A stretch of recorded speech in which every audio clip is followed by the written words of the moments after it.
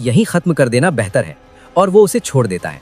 लेकिन तभी वो पीला प्राणी गंभीर होकर उसे चेतावनी देता है कि इन दिनों पहाड़ों में कोई बेहद खतरनाक शक्ति आ चुकी है और उसे सावधान रहना चाहिए।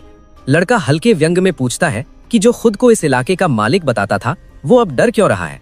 वो झेप कर मान जाता है कि उस शक्ति के सामने उसकी भी नहीं चलती। उसकी बातों में सच्चाई महसूस होती है, इसलिए लड़का बाकी जीवों को भी आजाद कर देता है। लेकिन जैसे ही वे मुक्त होते हैं उसका व्यवहार बदल जाता है और वो गर्व के साथ जाने लगता है। लड़का उसे रोककर आखिरी चेतावनी देता है कि दोबारा उसे परेशान करने की कोशिश न करे, वरना अंजाम बुरा होगा। वो डर कर मान जाता है और कहता है कि जो शर्त रखनी हो रख लो। तब लड़का उससे कहता है कि आगे से पहाड़ों में होने वाली हर हलचल की खबर उसे देगा। वो तुरंत हामी भरता है और अपने साथियों के साथ वहां से चला जाता है। उसके जाने के बाद लड़के का मन और भारी हो जाता है, क्योंकि अब उस अनजान खतरे का डर साफ महसूस होने लगता है। वो घर लौटता है, कुछ जरूरी सामान और दादा के छोड़े औजार लेकर निकलने लगता है। तभी उसकी माँ उसे रोक लेती है। उनकी आंखों में गहरी चिंता होती है और वे पूछती हैं कि क्या वो लड़की सच में जीवित है। लड़का उन्हें डर से बचाने के लिए झूठ बोल देता है कि वो बिल्कुल ठीक है। माँ कुछ नहीं कहती, बस कपड़ों का एक बंडल उसके हाथ में थमा देती हैं और कहती हैं कि उसे दे देना। लड़का बिना पीछे देखे निकल जाता है, लेकिन कुछ कदम चलने के बाद खुद को रोक नहीं पाता और मुड़कर देखता है। माँ दरवाजे पर खड़ी चुपचाप रो रही होती हैं। उसका दिल भारी हो जाता है, क्योंकि वो समझ जाता है कि माँ सब जानती है। वो फिर उसी सुनसान घर लौटता है और दादा के छोड़े सामान को टटोलते हुए एक डिब्बा और एक पुराना दर्पण लाता है, जिसमें कुछ दुर्लभ तावीज भी रखे होते हैं। वो सोचता है कि शायद इनसे उस स्त्री की असलियत का पता लगाया जा सके। डरते डरते वो दर्पण उसके माथे पर रखता है, लेकिन कुछ नहीं होता। फिर वो तावीज का इस्तेमाल करता है, तब भी कोई प्रतिक्रिया नहीं मिलती। इससे उसे थोड़ी राहत मिलती है कि वो कोई खतरनाक प्राणी नहीं है। रात होते होते वो कमरे में आग जला देता है, क्योंकि दादा कहते थे कि ऐसी जगहों पर आग ही सबसे बड़ी सुरक्षा होती है। वो किताब पढ़ने की कोशिश करता है, लेकिन उसमें लिखी बातें उसकी समझ से बाहर होती हैं। धीरे धीरे रात और गहरी हो जाती है और वो खुद को किसी भी खतरे के लिए तैयार कर लेता है। तभी अचानक वही रहस्यमयी खुशबू फिर से फैलने लगती है और वो झुंझलाकर बुदबुदाता है कि सारी मुसीबत की जड़ वही है। तभी बाहर से हल्की सी आहट आती है। वो देखता है कि वही पीला नौवा मालिक चुपके से झांक रहा है। वो मुस्कुराते हुए कहता है कि वो सिर्फ थोड़ी गर्मी लेने आया है। लड़का हल्के मजाक में उससे पूछता है कि उसकी पत्नी को चुराने की बात उसके घर वालों को पता है। ये सुनकर वो घबरा जाता है और उसे ऐसी बातें न करने की विनती करता है। लड़का उसे चेतावनी देता है कि अगर उसे चुप रहना है तो आज रात उसकी मदद करनी होगी। वो तुरंत मान जाता है और फिर उसकी ताकत के बारे में पूछने लगता है। तब लड़का गर्व से बताता है कि उसके दादा इतने शक्तिशाली थे कि बड़े बड़े साधु भी उनका सम्मान करते थे।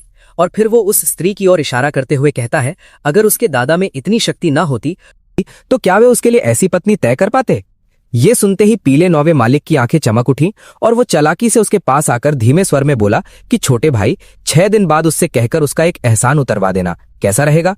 ये सुनकर लड़का मन ही मन सोच में पड़ गया कि इस स्त्री का एहसान भी अगर उसे इतना लुभा रहा है तो आखिर ये है कौन। जिज्ञासा में उसने तुरंत हामी भर दी, लेकिन फिर भी वो प्राणी पूरी तरह निश्चिंत नहीं हुआ और संदेह भरे स्वर में पूछ बैठा कि इसकी गारंटी कैसे दी जाएगी।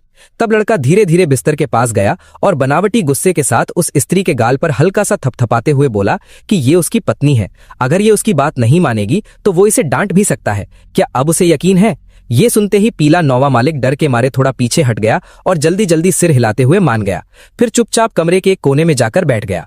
लड़का उसके पास झुककर धीरे से समझाने लगा कि वो बुरा ना माने, ये सब मजबूरी में किया गया है ताकि उसकी मदद भी हो सके और उसकी रक्षा भी।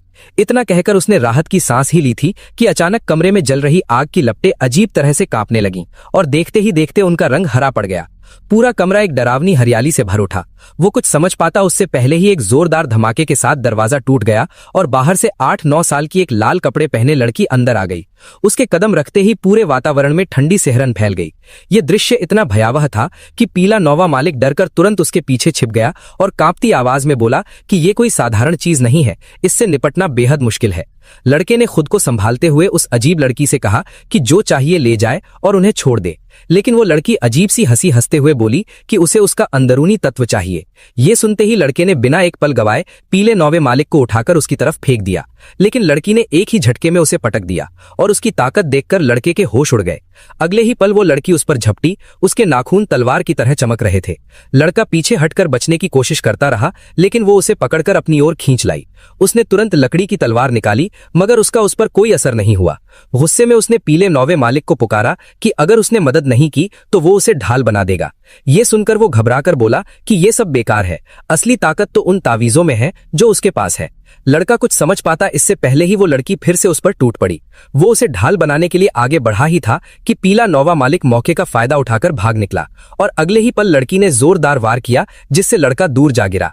वो लड़की उसके गले पर वार करने ही वाली थी कि उसने झट से एक तावीज उसके माथे पर चिपका दिया। तेज धमाके के साथ वो लड़की दूर जा गिरी और कुछ देर के लिए शांत हो गई, लेकिन तभी ये पता चला कि उसकी लकड़ी की तलवार पूरी तरह जल चुकी है। पीला नौवा मालिक दूर से चिल्लाया कि जल्दी तावीज का इस्तेमाल करें। तभी वो लड़की फिर से उठ खड़ी हुई और इस बार उसने सीधे लड़के के गले को जकड़ लिया। उसकी पकड़ इतनी मजबूत थी कि उसकी सांसें थमने लगीं। तभी अचानक पीले नौवे मालिक ने अपने पास छुपाई हुई एक छोटी सी मणि निकाली और पूरी ताकत से उसकी ओर फेंक दी। एक तेज चमक के साथ वो लड़की फिर दूर जा गिरी और कुछ देर के लिए शांत हो गई। लड़का जमीन पर गिरकर हांफने लगा और वो प्राणी भी डर के मारे कांपते हुए जल्दी से उस मणि को वापस छुपा लिया। लेकिन जब लड़के ने उस लड़की के शरीर को छुआ तो उसके होश उड़ गए, क्योंकि वो कोई आत्मा नहीं बल्कि एक असली शव था। वो हैरानी से पूछने लगा कि ऐसा कैसे हो सकता है। तभी अचानक वो लड़की फिर से उठ बैठी और उसके माथे का तावीज जलकर राख हो गया। तब जाकर उसे समझ आया कि वो कोई साधारण अस्तित्व नहीं बल्कि ऐसी सत्ता है जिसमें शरीर और आत्मा दोनों मौजूद है, जो ना मरती है और ना ही आसानी से खत्म होती है। ये समझते ही उसके भीतर डर की लहर दौड़ गई। उसने तुरंत पीले मौवे मालिक से पूछा कि उसने क्या इस्तेमाल किया था। वो कांपते हुए बोला कि वो एक प्राचीन पवित्र वस्तु है जिसे उसने कहीं से चुराया था। ये सुनते ही लड़के ने दोबारा हमला किया और इस बार उसे महसूस हुआ कि उस शरीर के भीतर अब आत्मा शेष नहीं बची है। तभी वो प्राणी बोला कि इस बार वो खुद बदला लेगा। उसने फिर उस मणि का इस्तेमाल किया और देखते ही देखते वो शरीर जलकर राख हो गया। इसके बाद वो गर्व से इधर उधर देखने लगा, मानो उसने कोई बड़ा काम कर दिया हो। लड़का उससे कुछ पूछना चाहता था, लेकिन उसकी हालत देखकर चुप रह गया। थोड़ी देर बाद वो प्राणी बैठकर आसपास बची हुई ऊर्जा को सोखने लगा और जैसे जैसे सुबह करीब आने लगी उसने लड़के से पूछा कि क्या वो सच में ऊर्जा देख सकता है। लड़के ने हाँ में जवाब दिया और जब उसने उसकी ओर ध्यान से देखा तो उसके सिर के ऊपर हल्की लाल आभा दिखाई दी। उसने कहा कि अगले 2 दिनों में उसके जीवन में प्रेम का योग बनने वाला है। लेकिन ये सुनकर वो हंस पड़ा और बोला कि ये सब झूठ है और उसे बेवकूफ बनाने की कोशिश की जा रही है। इतना कहकर वो बड़बड़ाता हुआ बाहर निकल गया और मौका मिलते ही चुपके से वहां से भाग गया।